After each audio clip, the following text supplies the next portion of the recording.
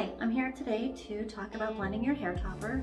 When you first get a hair topper, it can be overwhelming and intimidating to blend it into the front of your hairline, but I want to give you some ideas and ways that you can accomplish this very easily.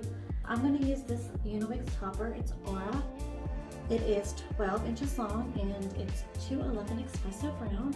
It's 7.5 by 7.5 inch base, and the center is 5 inches long and 1.5 inches wide, and it has 6 clips.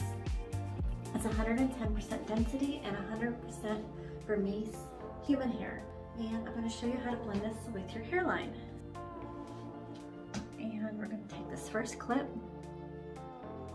So it's very close, but not close.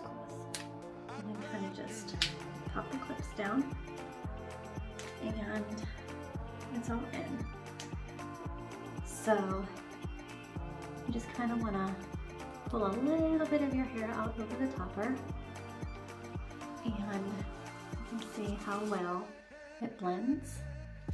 Now if you have a little bit of spacing like I do here, I just take a eyeshadow brush and eyeshadow that matches your hair, and all you have to do is fill that gap in, and then that gives it the appearance of a fuller hairline.